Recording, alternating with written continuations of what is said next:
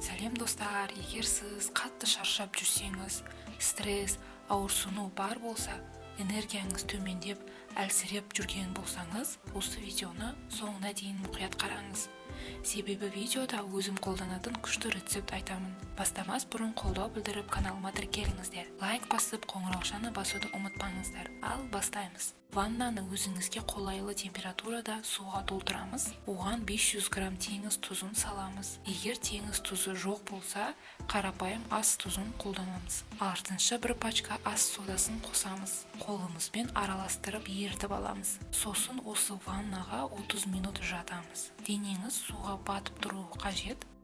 Осындай тұзды сода ванналар қан айналымын жақсартады, метаболизм процестерін жеңілдетеді, организмнен артық ылғал және онымен бірге токсиндер шығады. Бұл ваннаны әсіресе жұмыстан немесе спорт жаттығуларынан қатты шаршап тұрғанда қабылдасаңыз өте сергіп, ауыр жүк түскендей рахаттанып қаласыз. Сонымен қатар бұл ванна жүйкеңізді тынышталдырады, теріңіз жұмсарып, ылғалданады.